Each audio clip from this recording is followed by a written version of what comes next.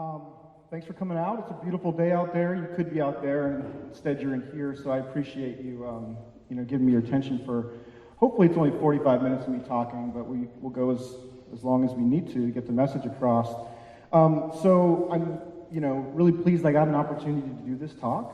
I feel like, while we don't want to reduce everything to the economic base, when we talk about, the larger set of social issues at play, the political economy of how we propose to have this future that we envision is important to articulate. Like, we need to understand how we might organize our economic system and how we'll ultimately sort of pay for it. So the subtitle here is really it's a dig at liberals, in fact, and I'm going to talk about that a little bit later, because I think there's no shortage of really good ideas out there as to how to transform our lives and how to have that sort of future we want to leave for our grandchildren. But there's always some policy wonk in DC that says, that's nice, but how are you going to pay for it? And so I just kind of want to press on that thing a little bit, and that's mostly what I'm talking about today. And by the way, if I start going too fast because I'm nervous, just maybe someone give me one of these, and it means slow down a little bit, okay? Okay, so just a little bit about me. I'm fairly new to the DSA, so you may not know me, you may not have recognized me around. I think I've only actually been to one general meeting, so that's on me. I'm sorry about that. But I signed up and I started becoming a dues-paying member in, I think, at the end of December, early January. Sort of on the fence about it because I come from a different, sort of broader left perspective, and I wasn't 100% sure, but I just was watching the Portland DSA space, and I was convinced that this is the right organization to throw my energy behind. So I'm happy to be part of the team now, and I'm really pleased that just 6 months in, I've been given an opportunity to talk to you guys. So thank you for that.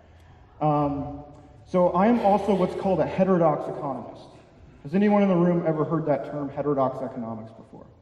Okay, a couple of you. All right, so maybe some fellow travelers. So just really quickly, someone earlier said something to the effect during Margot's talk that rent control, while it may be nice, it must be bad because 90% of economists say it's bad. And so a heterodox economist would be like, those 90% over there, yeah, they are bad.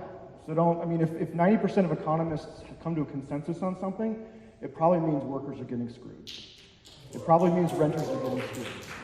And it probably means we're going to leave the planet in ruins, okay? So we can have a whole lecture about that, but I don't want to drag us through the mud on that. So my training, I do have a PhD in this stuff, but that part's irrelevant. There's a few schools at the PhD level that still have a heterodox economics program. The New School in New York has one. University of Massachusetts in Amherst has one. University of Utah still has one, but I think the Koch brothers are trying to do something about that right now. And there used to be something at Colorado State, but I don't think it's very active anymore. And then University of Missouri in Kansas City is where I got my degree, still has one. Okay, so heterodox economists are feminist economists, black political economy, Marxist economists, what's called post-Keynesian economics, ecological economics. So it's this sort of big tent of serious scholarship, but that is primarily focused on questions that intersect upon race, class, and gender in the environment. Okay, so we're not necessarily interested in building sandcastles in the sky and talking about that over there in an abstract space. We're looking at the concrete, we're looking at the real. Okay, so we're grounding our analysis on history and institutions. Okay, so that's where I come from. And I left academia for a number of reasons that we don't need to get into. And I gotta say, this is a much better place to talk. I am an Army veteran, so I have that perspective as well. And I got radicalized with that experience, actually. So that's just an interesting thing to note. I mean, I saw what was going on in the world, and I was like, hey, I need to start asking questions. So that's all I needed. Can you hear him back there? Okay, you guys can hear now. All right. So as a veteran, I got sort of radicalized by what I saw overseas, which then when I got out of the Army and decided to go back to school, I already kind of had an end in view. Like, I wanted to study this heterodox economics because it seemed to care about geopolitics, it seemed to care about race, class, and gender, okay? So, I'm here because I have an agenda. I have a vested interest in winning the future. And to me, winning the future is making sure that this system is sustainable. Not capitalism, but the system in which we all live and breathe. the economic system, the ecological system, a system in which workers and women and persons of color and trans people and LGBT people, just everyone has a central place in participating in production and a right to distribution, okay? So I've recently, at the ripe age of 36, started communicating almost entirely in memes, and I'm sorry about that, but I right. So is this a pigeon meme? I think is really effective at conveying a lot of interesting contradictions and different elements of meaning in a single image. And so this is kind of like undergirds the talk here, because but can we pay for it dig comes from liberals. The conservatives already say you can't pay for it, right? We already know what they're saying, so you don't have to worry about that. It's the well-meaning liberals like Paul Krugman in the econosphere who say, that's all fine and well, we would all love ponies. Everyone should have ponies, right? Medicare for all, student debt relief, so on and so forth. But golly gee, how are you gonna pay for it? Okay? So I'm saying that, like, is this fiscal policy? Because it is. That's their sort of view of, like, quote unquote, very serious policy.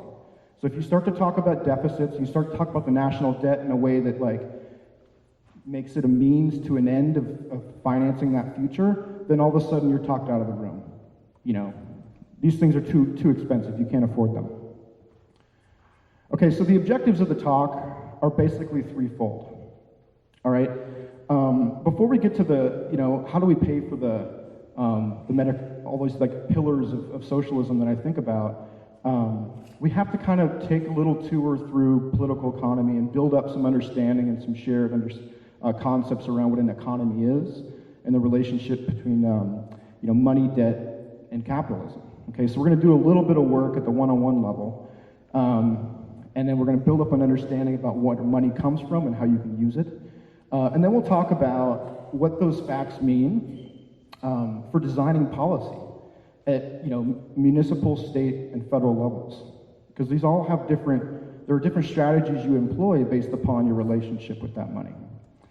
And finally, I'm going to introduce you to some hot and like ongoing live debates that are going on right now by some very interesting scholars and activists around a number of issues that intersect this affordability constraint problem. Okay, so you're going to have questions along the way because I can only cover so much in this space. But maybe just make a note. I might like sort of address it as I go further in the talk, but we're going to have ample time, I think, to address your questions. Okay. So let's start with the basics. And I'm going to build up a definition iteratively, so bear with me. So first and foremost, an economy is a system. It's a system that organizes production. It's a system that organizes people who engage in production. Okay, so now there's people in it. Of different types of goods and services, so it's not just an abstract commodity. You can't just reduce everything to like sort of an abstract quantum of stuff, but there's actually heterogeneous types of goods and different types of services, okay? Some of which are necessary to be used in ongoing reproduction of that system, okay? So some of the goods that the economy organizes and produces by people are going to be used later in subsequent rounds of production to keep that system going. So that's like investment goods. That's like seed corn if you're from the agricultural sector. And it has institutions that govern which goods will be produced and how and to whom they will be distributed. So right here we're saying that the question of what we produce, who gets to participate, and sort of who gets claim to that, it's not even determined in some mathematical equation. It's an institution thing. It's based upon our politics, all right? And finally, who gets to participate in production, okay? That is, I think, the sort of who gets to thing is germane, I think, to the modern contemporary period. In the past, it would be who is compelled to produce, right? Maybe under a slave system. Now we have the problem of people getting left outside of the system of production who maybe want to participate. Okay, so that's a mouthful, and I'm just going to read it. It's a system that organizes people who engage in production of different types of goods and services, some of which are necessary for the ongoing reproduction of the system, with institutions that govern which goods will be produced, how and to whom they will be distributed, and who gets to participate. Much more simply, I like to just call this a social provisioning process. Okay, so when I used to teach economics, I used to define economics in two ways. One would be the way I just did it, and one would be the way that you would find in a textbook. And in the textbook, it's much less interesting. It just says, like, economics is the study of how scarce resources are allocated against alternative ends. And it just stops there. It doesn't talk about people. It doesn't talk about production. It doesn't talk about some of those interesting institutional questions. It's just allocating scarce resources. Resources just are. They're just out there, and we're going to allocate them in some efficient way. My definition here sort of seeks to embed an economy in a larger set of social relationships. So let's look at this visually. So I've got some Venn diagrams here, and so the big circle is the social system in a very abstract sense, and the smaller circle is the economy. So it's that set of economic processes that are embedded within the social. Okay, so if you had had a dose of like liberal ideology or neoliberal ideology, and you've taken any economics course, you may think, well, hold on now, the social is over here and the economy is over here, and never do the twain intersect, because economic processes are sort of inevitable and infinite. They're just part of human nature. And all these interesting social questions are probably just other markets, but inside of social systems. I'm saying it's ahistorical and untrue, and I'm saying that an economic system is far more general than just markets and capitalism, okay? It emerges from this long process of unfolding our set of institutions to live and to make a going concern as an economic system. So on the left-hand side, you're seeing what I call a macro process of embeddedness. Okay, so the macro economy, the system as a whole, is sort of embedded within a larger set of social institutions. And there's probably space to draw an ecology around that as well, but you get the point. But on the right-hand side, I'm not sure you can see it clearly from where you're at, but that's a picture, that's a model of a social network. That's actually my social network that I pulled from Facebook one time. And I just throw it up there because I'm saying that the economic system is composed at multiple levels of analysis. So, we can think of it in a macro sense, but it's also just on an individual basis, it's how we interact with each other. Okay, you don't reduce it to the individual, because that's going too far. There are no individuals. There are persons embedded in social networks. And so these social networks are how we engage in social intercourse. That's how we reproduce certain habits of thought in certain institutions. And that's how we transact with each other, okay? So, in general, this describes all possible economic systems. It can be a slave economy. It can be, sort of a feudal system. It can be a mercantilist system, a capitalist system. It can be socialism. Any number of ways we want to organize it, so long as it's viable and capable of reproducing itself, okay? So long as we have all those ingredients, where you have people, you have institutions that govern those resources, and some mechanism of dividing it up. Unfortunately, we live under capitalism, okay, which is just a historical phenomenon. I don't think it's a forever thing, but it's what we have today. And so I've got up here what I'm calling monetary production economies in general. So capitalism is a monetary production economy. If you've read your Marx, you understand that it describes a circuit of production. So M is some money capital, and then you use that money capital to buy commodities, which is C. Okay, but it's not just money by commodities sell for more money, and that would describe mercantilism in a very simple sense. The C, you can explode the C, and you would have the production process. Okay, some of C is raw capital, raw materials, and then a big part of C is labor embodied in the labor process. Okay, these are all being bought by the capitalist, used in production to then realize value in the sphere of circulation, to end with more money than you started with. But in general, what we're describing here is a system in which the monetary relationships, whether that be at a transactional level between me and Ben here, or sort of in a broader sense between sectors of the economy, are animated and driven by monetary objectives, okay? So it's realizing monetary value, not intrinsic worth or intrinsic utility that drives the system, okay? So these old white guys on the screen, on the left you have John Maynard Keynes, who I don't think people think of as a radical. I mean, he wasn't a radical. A lot of conservatives say he's some kind of a Marxist, which is absurd. But he described capitalism as a monetary production economy, okay? In the middle is Marx, of course. He gives us this scheme of production here, and he describes it as a monetary production economy. And then the gentleman on the far right, who maybe not as many people are familiar with, his name is Thorstein Veblen, V-E-B-L-E-N, was an early American economist, and he's also describing a monetary production economy. And the common thread here is that, the way that I understand it, and I think is interesting, is that because the system, whether it grows or shrinks, whether it changes direction, whether it employs everyone, whether it leaves some people out, those outcomes are entirely arbitrary. And it's only by coincidence, it's only by sheer chance that everyone will be brought into the fold. You'll have full employment, and you'll have maybe something that approximates sustainability. That is a special case, okay? The general case with the monetary production economy is that you have a secular, sort of a long trend of people being left out of the labor process, people being exploited, whole factories just rotting, just rusting away because they're not necessary for monetary value realization at a point in time.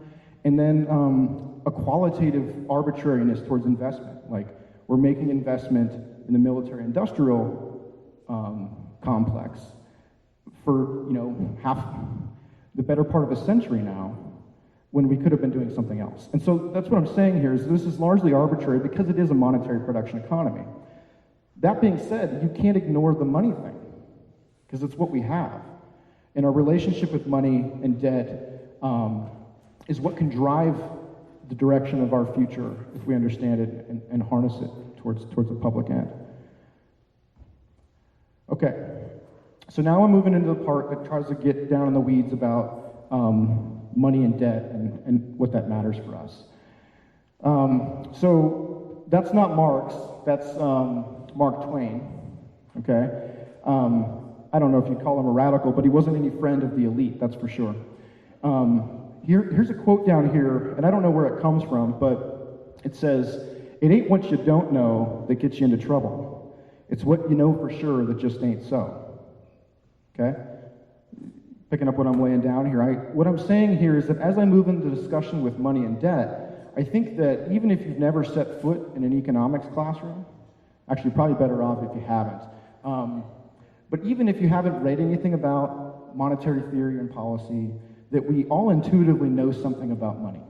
It's in our bones, because we live in a capitalist society. I mean, we're told fairy tales as children about the origin stories of money and so on, and we just seem to know intuitively what feels right and what feels wrong. And I like this quote because it helps you sort of center that again and say, well, how much of that is myth? And how much of it is grounded in a study of the way the world actually works? Okay, so there are two broad views of the way that money works, or two views of what money is. And on the left-hand side here, I have what I'm calling the orthodox or commodity view. And I'm just going to name a series of features and sort of explain what those mean as we go. One feature is that money is considered as an object, okay? It's a commodity. It's a thing you can hold in your hand. It's physical, it's corporeal. There's this idea that money has an intrinsic value, all right? Gold is somehow superior to silver because gold is more intrinsically valuable than silver, okay? Don't mess with the logical puzzle about where you start there, otherwise it's just turtles all the way down, right? Value then is primarily derived by scarcity, okay? So I think you find it in Adam Smith, but definitely in David Ricardo's book. He talks about the difference between exchange value and utility value, and he uses diamonds and water to make the case. He basically says that why is it that the thing that has the greatest utility value, water, without it you die, everyone needs water, tends to trade, it has no monetary value, it has no exchange value. And why is it that the thing that has almost no utility, diamonds, has so much exchange value? Okay, and he's getting to this idea of scarcity. But if you peel back the layer of the onions, you can see that there's like these ceremonial valuation stuff going on with diamonds and so on and so forth. So here in this view of money, and this becomes important as we talk about the consequences of doing certain debt finance actions, is that if you think of money this way, then sort of doubling the money supply seems to suggest that you're sort of halving the value of money that exists, right? It's based upon scarcity. In this view, money, the particular function whereby money is a medium of exchange is emphasized, okay? So money has a number of functions in an economy, in a money-using economy. One is that it's a store of value. Another is that it's a good, convenient medium of exchange. Like I don't have to lug a bunch of surplus fish with me to the market and then hope that there's someone there with a bunch of surplus boots when I want boots and that person needs fish. So that's a very clumsy barter thing. So the idea is that money overcomes that, and it's a good medium of exchange. And then there's the unit of account function. Okay, so both views would agree that it has all these qualities, but I'm saying that the orthodox economists emphasize money for its medium of exchange quality almost entirely. Which then suggests that actually money is just a veil over which the real economy is operating, and it would operate just fine without money. Okay, so in the sort of economic theory world, we would describe this as what's called the classical dichotomy. Okay, it's a dichotomy between monetary phenomena on the one hand and the real economy, which is essentially a barter system on the other. Okay, so in this column, money doesn't have a causal role in the long run in the real economy. You can't do anything with money even if you wanted to. And then finally, I'll just say that this is ahistorical and derived from pure reason. Okay, so it has this quality that it's derived from a series of axioms and premises to get to a logical conclusion. That's nice, but that doesn't mean it happened that way. All right, so the basic story, in case you're not familiar, is that in the beginning there was capitalism, but it was like early young capitalism that wasn't mature yet. Because capitalism is in our cells. It's actually in our genes. It's actually in like the RNA, the nucleic acids, whatever. It's there. There's a capitalist inside of every one of us. And that man is a rational man. So we start off and we're like clumsily trading along, and we realize, well, hey, that doesn't, my basket of fish is going to spoil if someone's not there to take my surplus fish and then get the thing I need. So I know what we'll do is we'll come up with this other commodity. It could be wheat, it could be anything, but it's something that we have to agree has some sort of universal exchange value, right? That we can kind of reduce everything to this money thing. And then they figured out later that, well, actually gold coins are really good because they don't rust, and they're really small, and they're malleable. You can melt them and make them look like anything you want them to look like. And then that really overcome that barter problem. And then later we developed credit by expanding, sort of leveraging off those gold coins, okay? That's that story. There's no evidence in the historical record that it worked that way at all, actually. The other view is what's called the chartalist view, okay? And this is the kind of camp that I come from. In distinction, money is conceived of as a social relationship. Money is primarily a relationship between people on both sides of a transaction, right? If you pay money for a thing, the monetary relationship is a relational thing, okay?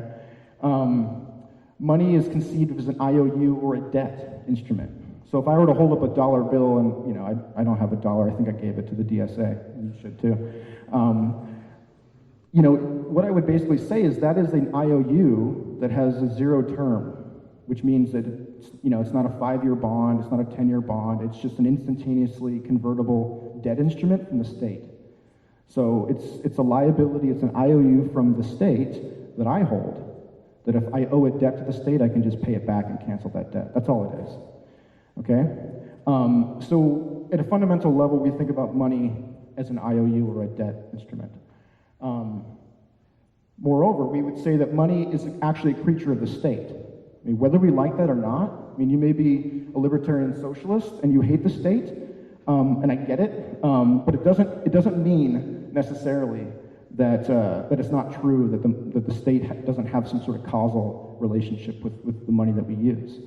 And so, because money is a creature of the state, we emphasize that money's role as unit of account is the thing that matters the most. Okay, so the state's money becomes that which can settle all debts, public and private, which allows everyone to want to use it. It becomes a monetary phenomenon in general. And then we, as opposed to the classicals or the orthodox, we would say, look, money is central to production and distribution. It is mediated through bankers. It is mediated through those who have vested large monetary claims.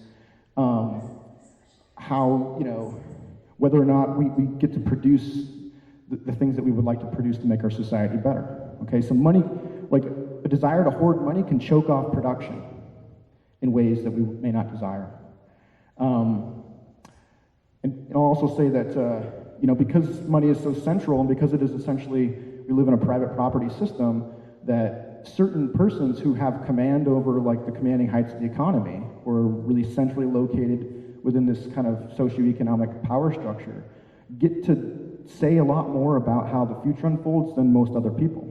Okay, so that monetary aspect of the economy in which we live and the fact that some people can accumulate large claims on money just kind of gives undue power to a very small segment of society. It's not very democratic.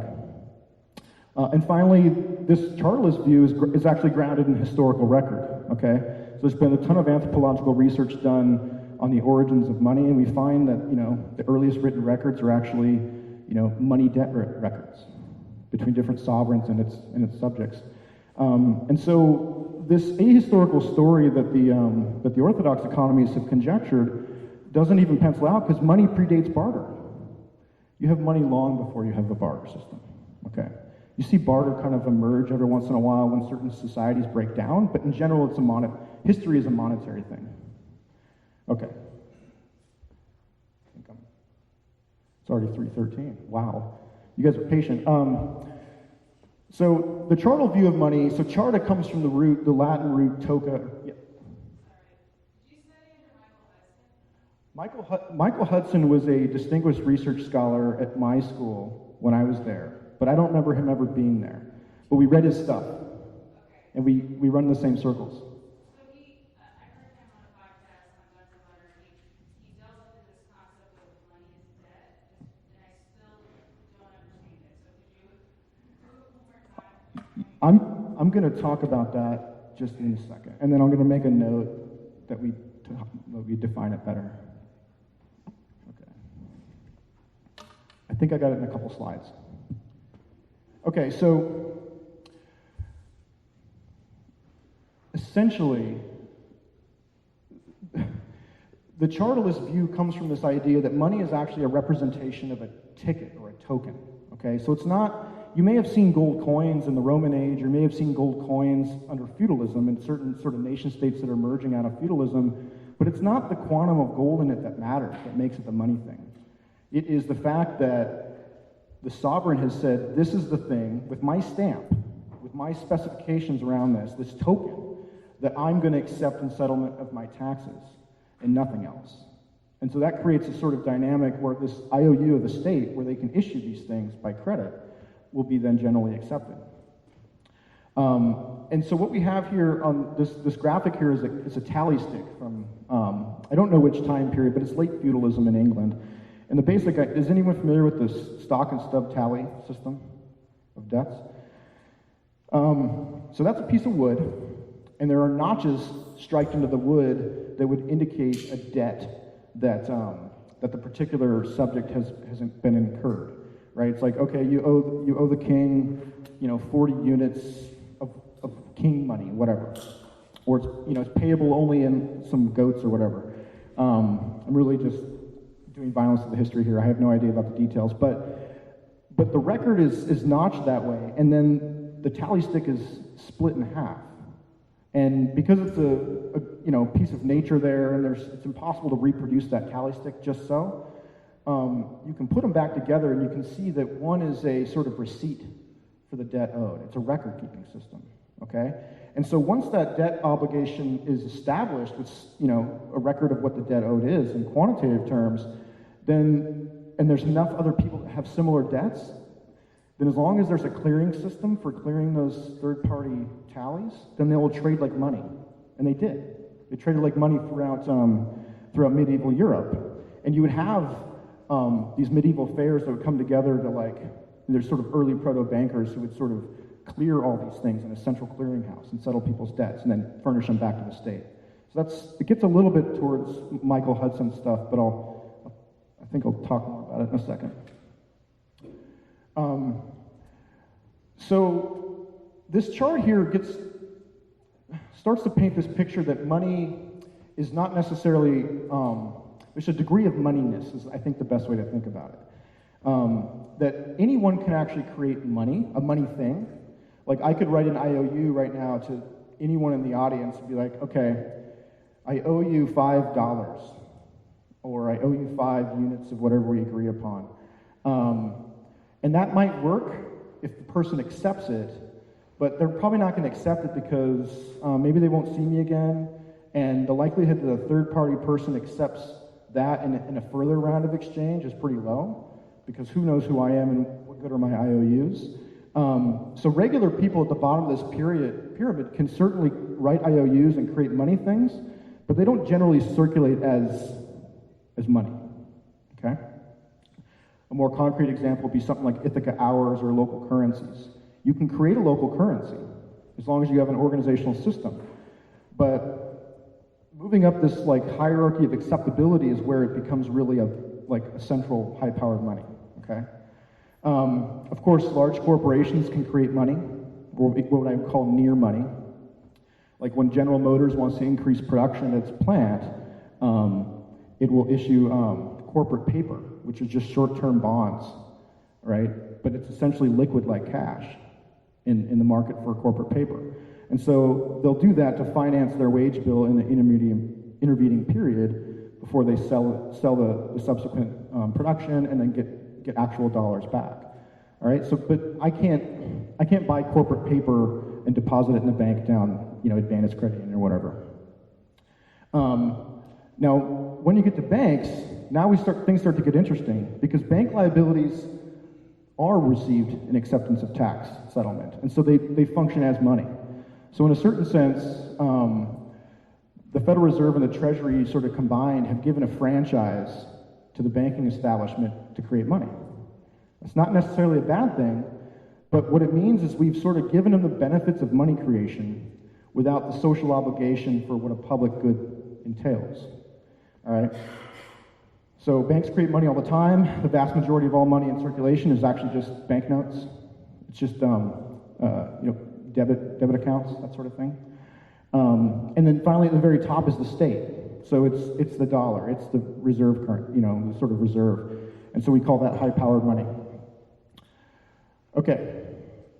So here's a quote from Adam Smith, and he basically says, "A prince who should enact that a certain proportion of his taxes should be paid in a paper money of a certain kind might thereby give a certain value to this paper money, even though the terms of its final discharge and redemption should depend altogether on the will of the prince." So what is he saying? He's basically saying, even though there's nothing intrinsically underlying this paper money, it becomes valuable because the prince says, that's my face on the paper, and I will accept that in settlement of any debt you owe me, okay? So the Chartalists would say that the state, by naming its own IOU as necessary for settling tax obligations, gives currency value. That's where the source of value for a currency comes from. And in that one step, it sort of establishes it as the money of account, and then its acceptability as money is due to its quality, as the universal quality as unit of account. So we'll all accept dollars, even though they're not backed by anything other than just the fact that the Treasury will take them back in settlement of taxes. But because there's enough people that have to pay a tax, and enough people have to settle debts in dollars, that it's a going concern. It just circulates. So how is money created? Well, in two ways. Money enters the economy horizontally through private lending. Okay, that's when banks create money. Okay, it sort of gets, I wouldn't say, injecting money is the wrong way to think about it, because you cannot push on a limp noodle, right? Money enters the economy when there's a demand for money, when someone wants a loan. And sometimes bankers make mistakes, and sometimes they don't create money at all, and they cause a recession, right? And money enters the economy vertically, directly through government spending. Okay, so vertically because we're sort of invoking that hierarchy of the state, right? So when the Treasury wants to make a direct payment to Lockheed Martin for a bomber, it just credits the bank account of Lockheed Martin, and it's created new money. That's simply how it's done. So there's a vertical and horizontal way in which money gets into the economy.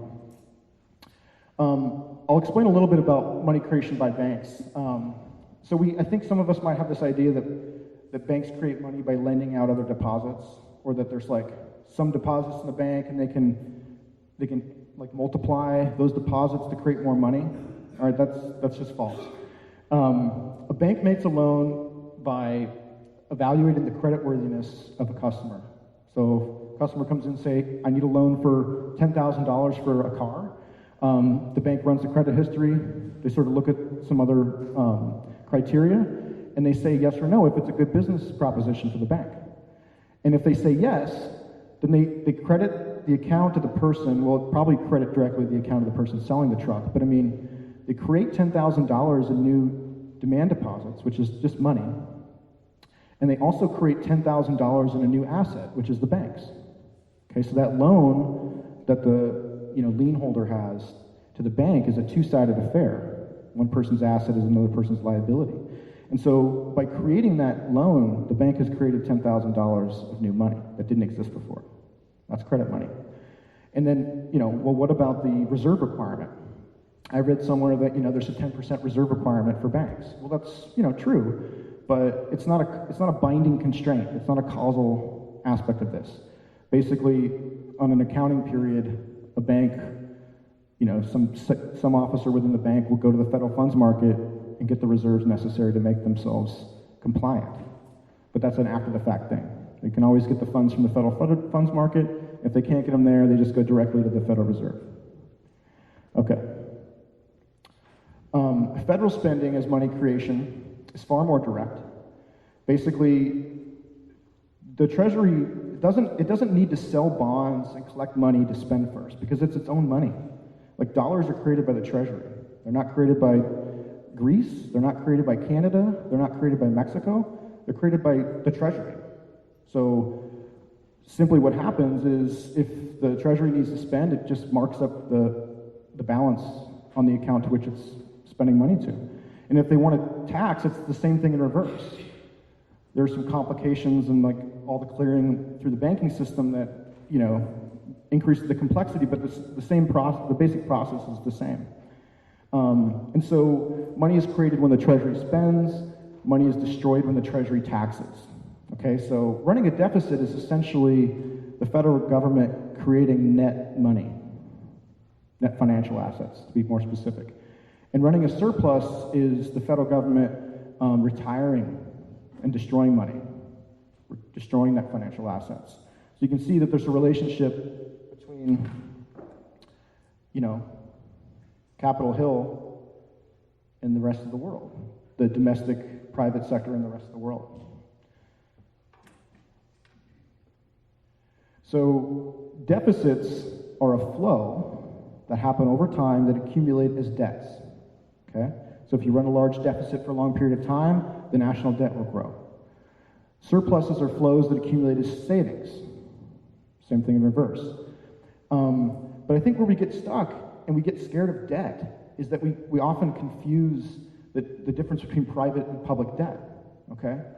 And so there's a neat way to account for this in the National Accounting for Macroeconomics. And you basically say, look, from the standpoint of any country you're looking at, the domestic public sector, the balances in the domestic public sector, plus the balances in the domestic private sector, that's you and I, plus the rest of the world, so that's our trade balances, right? So we trade with China, they've got, dollar balances, right? All of that sums to zero, because one person's asset is another person's liability. Money is always a two-sided affair because it's a social relationship, okay? This is how the accounting works. So what that means is that you cannot have both the public sector and the private sector in surplus simultaneously, not without exploiting some other country, okay? That means that if the United States government wants to run a sustained surplus, they're going to have to drain money from the private economy to do so. Or they're going to have to run a massive trade surplus and take it from the rest of the world. That's neo-mercantilism, okay? Not a good thing. That's how world wars are started, by the way. So what I've got up here is a 3 data series that are each components of that equation I just showed you. So the red line is the domestic public sector's balance, and it's negative because it's in deficit. And, the green line is the domestic private sector's balance, and the blue line is the foreign sector. And if you see a mirror image to this, that's because there is. That's because these are canceling negatives and positives to get to that zero sum. And there's some historical stuff going on here that's of note. That throughout the 1990s, because of the tech boom and a number of other sort of policy choices, the federal government's deficit starts to decline and they're retiring old debts, okay? And that's simultaneous with like an increase in our imports from abroad. And what do you see here in the private sector? It's like you're starting to draw down that stock of savings and the private sector is going into deficit, okay? And it reaches a fever pitch around the late 1990s, and you have the dot-com bubble burst. I would argue triggered by the Clinton surpluses, a desire to sort of signal that liberals are more conservative than conservatives when it comes to fiscal policy. And so that sort of popped that private debt creation bubble, because the private sector can't extend debts forever. It's only the public sector that can. And it caused a recession. Most notably, if you look at this plunge in the public sector's position here, that's the Great Recession that we're most familiar with recently. You'll hear conservatives, but you'll also hear Democrats say, oh, Bush and then, Clinton Bush and Obama, depends on who you're picking on at the time, blew up the deficit. They increased the national debt to trillions and trillions of dollars. Well, guys, that was just because we went into a recession and the automatic stabilizers such as unemployment insurance and those sorts of things kicked in because the private sector was retrenching. When the green line goes up like that, it means that people are paying off debts rapidly, which is the same as saving, okay? So what I'm saying here is there is a tug of war between these different balances, but because the federal sector is stronger than any one given actor, they can move the needle one way or the other, all right? So you should be very wary when people say that good policy is policy that always pays for itself. Good policy is policy that always runs a surplus, because it comes from somewhere. Okay, it's 3:30. All right, let me get to the chase. I have another meme. This one's pretty wonky. So the gentleman, his name was Milton Friedman. Do people know who Milton Friedman is? Yeah. Milton Friedman is a class asshole. He had a really prestigious post, and people remember him fondly in the history of economic thought. That being said, I think he got away with some intellectual abuses that I wouldn't have gotten away with, just because it was earlier and he had the right politics. But he's a monetarist, and his basic idea is that inflation is always and everywhere a monetary phenomenon, which basically essentially assumes that you cannot use monetary policy, so increasing the size of the money supply, to affect the real economy in any way other than just short-term disturbances. Like you can in the short run, but not in the long run. So this is what's called the equation of exchange, that it describes the relationship between the money supply and the economy. And I'm going to read it from a quantity theory of money causality. So it basically says that the velocity of money, which is V, if you can just sort of fix that for a second, keep it stable, that any increase in the money stock will cause an increase in prices and quantities, okay? P times Q is gross domestic product in the short run. But in the long run, because agents are rational, and they will eventually figure out that money is just a veil, and that they've been fooled, they will withdraw their labor supply back to some sort of equilibrium point, and you'll be back at the same level of output, the same old size of the pie, but now prices will be higher. So inflation is because of monetary policy, all right? Also, he played a huge role in undermining South America during the 1970s. Okay, luckily for us, that's false. It doesn't work that way. So remember what I said about pushing on a limp noodle. Like, you can't force money into the economy, into the hands of people who don't want new money. You can't force people to take a loan. You can't force, like, more money being spent on goods than people have desire to spend them, okay? So when we go into a period of uncertainty and people are saving for the future because we just came out of a recession, or I don't know if I'm going to have my job tomorrow, or I don't know if they're going to raise my rent tomorrow, then people tend to hoard money because, again, it's the unit of account. It's the thing that will settle all debts. Okay, and so when we're hoarding money, we're pulling it out of the circular flow, and it's a fewer dollars, circulating through the economy, so it causes things to sort of retrench. So I'm saying that inflation is almost never a monetary phenomenon, okay? Do we ignore it? No. You have to pay attention to inflation. It's one of those real constraints that economists like me would say we have to pay attention to, but it's not caused by printing money, okay? It's a sustained increase in prices, but that's a historical phenomenon. So like the sort of hyperinflation of Weimar Germany, or like Zimbabwe, or these sorts of experiences, those have nothing to do with the conditions that face the United States, even with the most recent expansion, and most recent activist fiscal and monetary policy.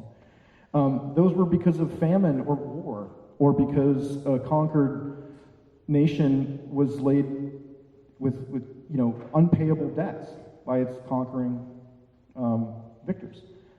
So those tend to be real phenomena, structural and historical. Prices are set by firms who administer prices to the market. They are not this sort of spontaneous order thing. And so, if you see a sustained increase in prices, it's because that firms have decided it's okay to they want to maintain a markup share that they're comfortable with.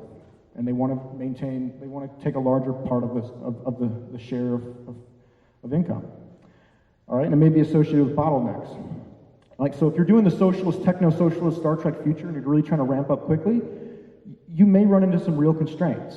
Like, there's only so much labor to go around, there's only so much kind of steel and energy to go around in the short run. And so you might have a breakdown in these governance institutions and people start bidding up prices for that sort of thing. But those are localized phenomena. And those are good problems to have, I'll be honest with you. Okay, so what has been the point of my long diatribe on tally sticks and monetary theory and such? And I promise I'm going to talk about Hudson's death stuff before it's all done. Well, I'm saying there's a few implications. I'm saying that when you're organizing and doing policy inside of a nation state like the United States that is sovereign with respect to its currency, that your fiscal policy stance and space is much wider than it would be for, say, a country like Greece or a dollarized country in in South America, okay? Because the Treasury does not need to accumulate dollars before it can spend. And so financial constraints are sort of a non-starter.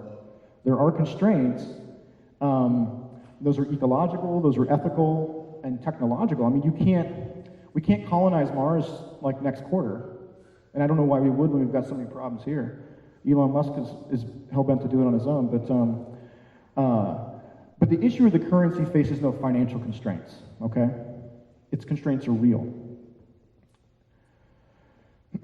So as we sort of craft policies and we think about what this means, it's important to distinguish always between whether you're an issuer or a user of the currency. Everyone in this room is a user of the dollar, I presume. None of us are issuers of the dollar, and if you were, then what is it, the ATF, Secret Service would be after you for counterfeiting or whatever. They should go after the bankers. But I'm going to say that the socialist policy pillars, you know, the Medicare for all, Social Security, I'm going to throw in reparations, baby bonds. If you're not familiar with baby bonds, I want you to Google baby bonds and William Darity, because it's essentially a program to increase the wealth inequality parity between, you know, African Americans. So baby bonds are sort of a quantum of financial wealth. They're created when an African American child is born, and they're entitled to use it however they please when they turn 18. Job or income guarantee programs, student loan cancellation, or, you know, like a Green New Deal. Anything that we want to do that are economic in nature, I'm saying that the federal government should be the primary funder of these things because they don't have a financial constraint. Oregon does.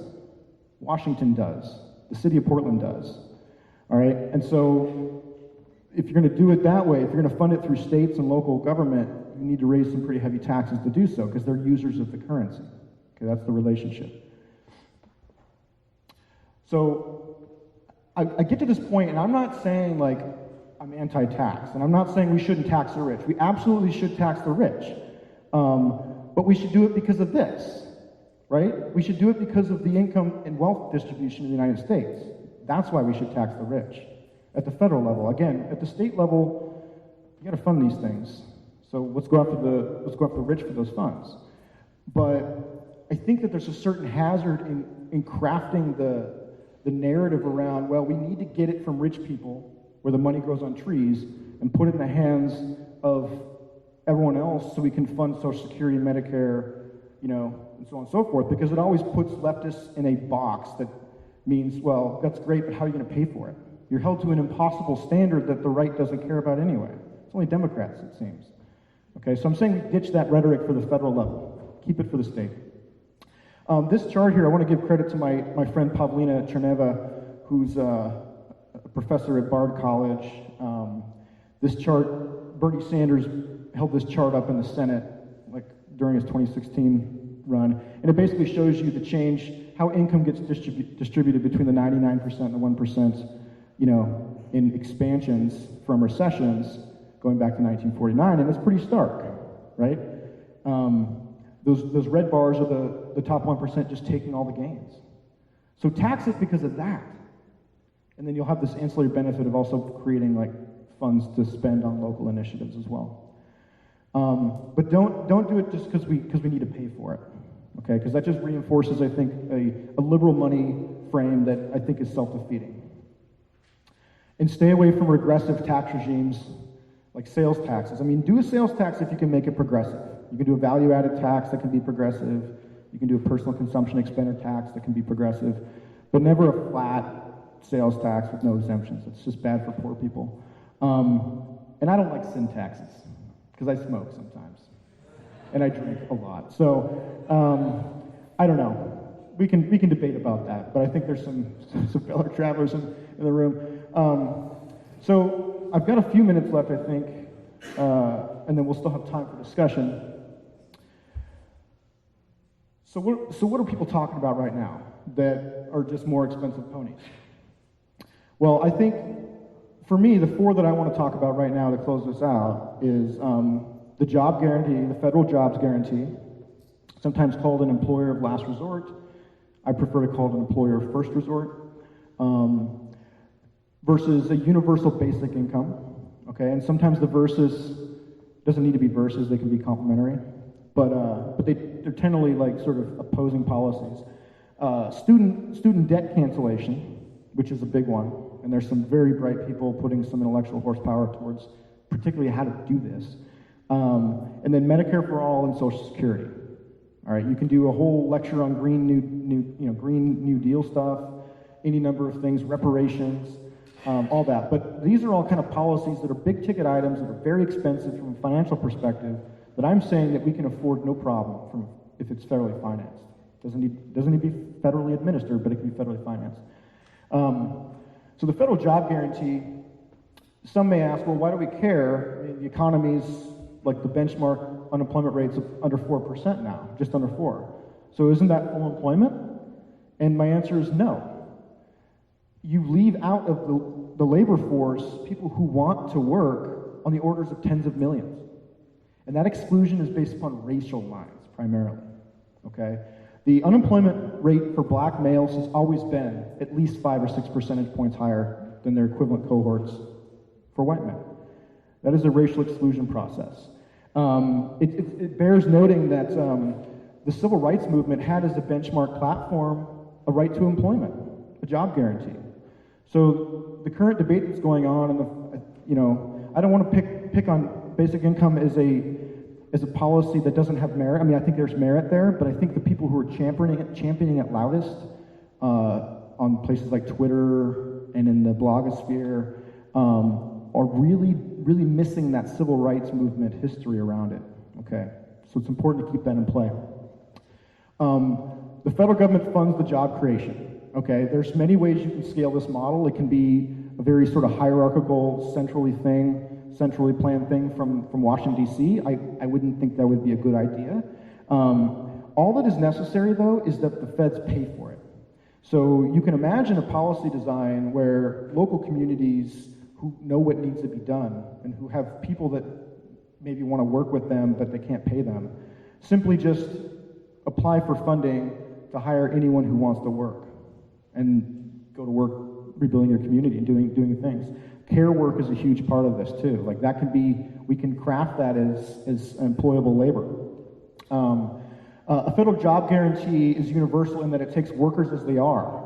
It says, I don't care what your physical condition is. If there's something that you want to do, you want to participate in the social provisioning process, we're going to find a way to plug you in a way that's comfortable and humane, and we're going to give you $15 an hour plus a retirement pension and healthcare. You know, like, the numbers I think are being debated, but the idea is like we're going to give you a living wage that's going to be a benchmark wage, and come as you are. And it can include like job training, and it could be that can qualify as job guarantee labor. But we shouldn't view the federal job guarantee as being this transient thing that we use for a while as a transition to a more permanent private economy. Because as I said earlier, full employment for the private economy is a very special condition, and it scantily rests in history that way. We want it to be a permanent program that guarantees a job to anyone who wants it forever. So this is different than the sort of Keynesian pump priming, like demand management stuff, things like the stimulus package, which is a trickle-down demand response to an unemployment crisis, okay? It funnels a lot of money through contractors who keep some of it, who funnel a little bit more to subcontractors who keep some of it, and it only goes to shovel-ready projects. They're typically sort of heteronormative white male construction jobs and so on and so forth. None of it ever makes it to the places who have been vulnerable, that we've had the most vulnerabilities for the history of capitalism. So what I'm saying is that a job guarantee is a radical restructuring of labor markets, and it removes that primary means of control over workers, which is this threat of unemployment. Like if you can tell your boss at McDonald's, or we'll say Burgerville, if you can tell your boss at Burgerville that, you know what, get bent. I'm going to go down to the federal job guarantee office, and I'm going to get paid $15 an hour, plus I get to go home and see my kids afterwards. So you can do better than that? You know, if you've got that alternative, all of a sudden the capital-labor relationship is topsy-turvy, and that's why they hate it. And then we sort of frame it in terms of rights and obligations. Okay, so proponents of the job guarantee tend to think like, again, an economy is a social provisioning process. We all have some responsibility to ensure its sustainability, ensure the sort of livelihood of everyone involved. We don't want to necessarily just bow out and let the robots take over and just get our goods from Southeast Asia, because what's their working condition over there? Okay, it's 3:45. I'm going to just kind of breeze through basic income. The alternative to this is like essentially everyone gets an unconditional monetary payment, so it's universal in this sense. There's this fear that, with technological advancements, the robots are taking our jobs, and structural unemployment will render kind of moot any of this job creation stuff anyway. So the best thing you can do is just send everyone a check, and then that deals with it. There's ways to structure it and conceive of it as being liberatory.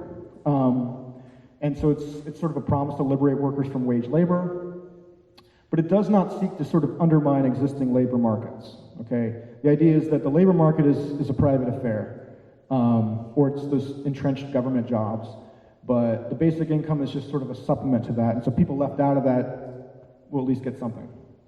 And it's widely popular across the whole ideological spectrum, really just a neoliberal spectrum, but it's popular from like tech libertarians of Silicon Valley, such as like Peter Thiel, Elon Musk. You hear them talk about basic income. I think even Bill Gates has talked about basic income as being maybe necessary. To even like Matt and Emily Brunig style leftists. Okay, so it's got a broad appeal to certain policy people. And there's a debate going on right now, which on the next slide or the final slide, I've got some links, and I'll make these slides available so you guys can read this at your pace. But there's some people who I've identified as being central to this debate, and it's happening right now. It's probably happening as I speak. It's really fascinating to see this unfold in real time. So the basic argument is that the job guarantors say, basic income is inflationary because you're not requiring people to participate in the production process, but you're letting them make a claim on the output anyway. So you're not increasing the productivity of the system, but you are increasing the demand. So it introduces an inflationary bias there. But aside from that, which is probably mild anyway, it's just wholly insufficient for addressing poverty.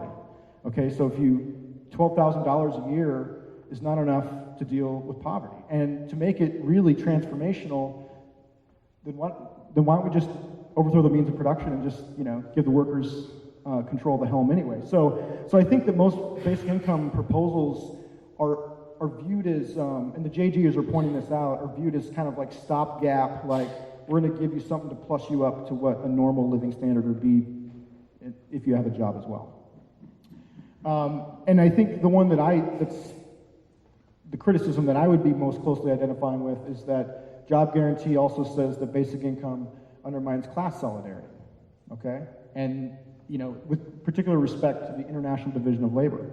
So if it is true that robots are taking over our jobs and we don't really need to work anymore, we can just hit an app and our laundry's done, like who did that laundry?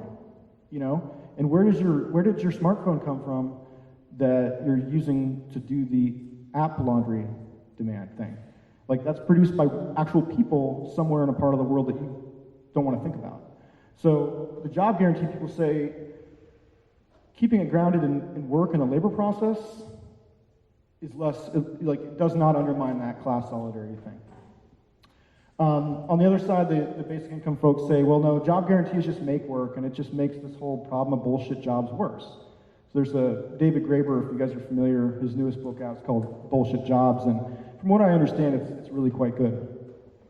They would argue that job guarantee is a boondoggle, that it's just going to be wasteful. And then finally, there's an interesting debate between James Livingston and my friend Scott Ferguson. And UBI would say, Livingston says, fuck work. Work is basically over. My friend Scott says it's not over. Anyway, I think I'm running us out of time. There's a way to do student debt cancellation using this same policy framework. We'll post these slides. It does cost a lot of dollars, but the impact is it increases the economic pie, it increases wealth and income for most people in the United States, it decreases unemployment, doesn't really have much of an inflationary aspect, and it improves the budget position of individual states, which are all really good economic outcomes. It's just that people don't want to do it because they focus on the dollar tag. Okay, that's the wrong way to think about it. And then there's a long quote about Social Security and Medicare, and the basic gist of the slide is that, look, there's, Medicare Part B and D don't have a solvency problem. Every year the annual report of these trustees never sees a funding problem for this part of the program because there's a specific provision written in the law that basically says, well, because current law automatically provides for automatic funding for these programs, it doesn't have a solvency problem. Whereas the other parts of Social Security and Medicare are tied to this trust fund thing, which creates a funding problem. What I'm suggesting here is if you delink those things, there's no funding problem, okay? As long as there's enough able-bodied people able to work and produce the goods and services to feed old people, and people who can't participate in this will always be able to afford it. I don't see that as a problem in the United States. And finally, this last slide is just some resources. I tagged some of the people I know participating, some of the scholars and activists I know participating in this. There's, in these times, has agreed to like kind of formalize this debate a little bit. And I think there's some really good arguments happening, particularly on the job guarantee side. And then there's an interesting debate in more the humanities-centric thing between Livingston and Scott Ferguson. And then finally, I am part of the Modern Money Network. I don't do the hard work like those guys do, but just yesterday before my talk, my friend Scott said, hey, would you like to do a teach-in, because we don't have a Portland presence, on October 12th, and I agreed to do that. So October 12th, there will be a job guarantee teach-in, and I'll do that. And just in 30 seconds, and it's not enough to do it right, Michael Hudson says that money has always been debt, because he's using what's like this idea that there's a primordial debt theory idea that like when you start to have the emergence of class society and the ability for a sovereign to kind of impose a debt on their subjects, whether that be in goats or sheep or later money, that is a social relationship that starts with a debt obligation. And so there's these early mythos about the consequences of living in debt, what happens when you sever that debt, and kind of lessons from these early societies on what happens if you let private debts grow to unsustainable levels. And Hudson talks in particular about part of Hammurabi's code was provisions for a debt jubilee, basically a ritualistic canceling of all debts, private, on a fairly regular basis, because that's how you reset society. And there's a mathematical expression, like there's this exponential growth curve for private debts that they're unsustainable, and at some point people can't service them, and so you slip into slavery. So I think I would read Hudson on this, but I would also read David Graeber's book, Debt the First 5,000 Years. And I think you only need to get through like the first couple of chapters to get the gist. He cites Hudson in that book, and he's very readable. And he makes this argument that money was always debt. So I'm sorry I didn't save more time for that, but it looks like we're running out of time. We want some Q&A. So that's it for my talk.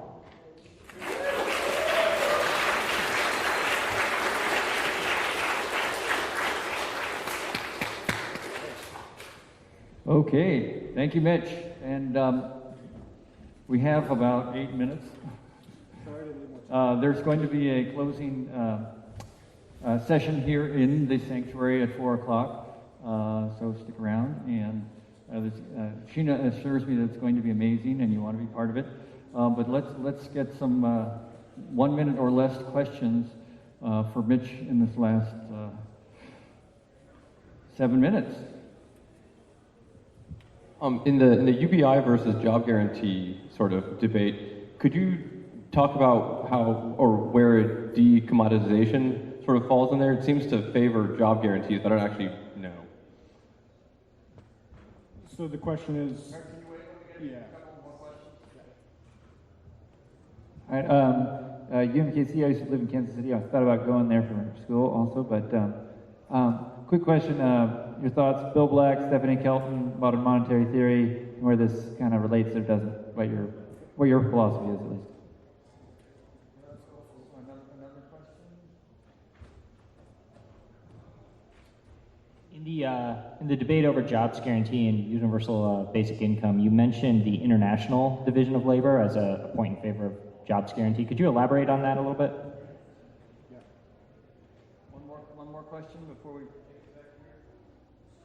Sounds like you're interested in the universal jobs guarantee or basic income and the jobs guarantee. Yeah. So on the first question on commodification, or decommodification, was that more of the question? So this debate, which side of this you stand on, I don't think is coming from a place of like utopianism. And I'm not suggesting that it's utopian to think of a world in which things have been decommodified, But I am suggesting that there are a series of institutional adjustments that would need to be effected before you could imagine a world that was a fair and just and sustainable world that had no commodification. So I think the debate that's going on between JG and UBI isn't directly interfacing on that. Although I think the basic income folks would say, well, labor is commodified. That capital-labor relationship is a commodified relationship where you're selling your abstract labor as a commodity. And by just giving everyone a check, you give them an escape hatch, and they can choose to withdraw and exit that system of commodification, even if it's only that small part of the system. And the job guarantee folks would say, you're not wrong, but then let's think about what that commodity relation really is. And so they would go back to Marx and they would say, look, when Marx was developing, scientific socialism, he wasn't saying, he wasn't taking a position that labor's entitled to all of the value. He was saying that because you have to build a surplus and you have to distribute to parts of society that can't work anyway, and maybe you want to invest for the future. What we're pushing back on and what we don't like about the commodified relationship is the control that the worker has over the labor and the labor process. And so I think the job guarantee folks would say, look, commodification or decommodification of labor is not the interesting question. It is, how do we change the capital-labor relationship so that way the worker has more power? So, and then, we would have to talk at length about commodification of the economy as a whole, but I think it's an interesting question. Yeah. On UMKC and Bill Black and Stephanie Kelton and Randy Ray and all those guys, I went to school there. So almost entirely everyone at that school intersects or works with a monetary theory that's MMT based. MMT is an acronym for Modern Monetary Theory, for those of you who have not heard it. I don't really like the acronym because there's nothing modern about it. This is really old stuff, but it is modern in a sense that we're talking about it again. I think that as socialists and as DSA socialists, I think MMT is something that we ought to embrace because the praxis of it is very real. You have Bill Black who cut his teeth, basically taking down the Keating Five and trying to put people in jail for bank fraud, okay? To such a degree that he had sort of a hit put out on him in his days in Texas. His thing is that the bankers have too much power. And so this MMT framework allows you to sort of decenter the bankers and think about money in the public interest. Stephanie Kelton, who is a hero of mine, she's been very effective in getting this message out. She was Bernie Sanders' chief economic advisor, okay? So all these folks here working on this MMT stuff, I think from the academic and activist space, see it as a means of praxis in the system in which we actually live, not the one we hope to live in someday. And then finally, elaborate on JG versus UBI in the international context. So, within the United States, we have a division of labor. We have division of labor across sectors, within the household, across race, class, and gender lines. But we also have an international division of labor, where the United States generally consumes value-added goods produced in other parts of the world, and we send them dollars. So what the JG job guarantee people are saying is look, if you just cut checks and call it done, and we solve the unemployment crisis, then all of a sudden, you have a class antagonism between recipients of the check and the people who produce the goods that the check buys, because it's just dollar claim on dollar valued stuff, and if the price of that stuff goes up, then their UBI purchases less. And so now there's an interest in keeping wages down and cost of production down in the developing world, right? So this is what I'm talking about in terms of that international solidarity thing. I think I'm probably out of time, so thanks, Jamie.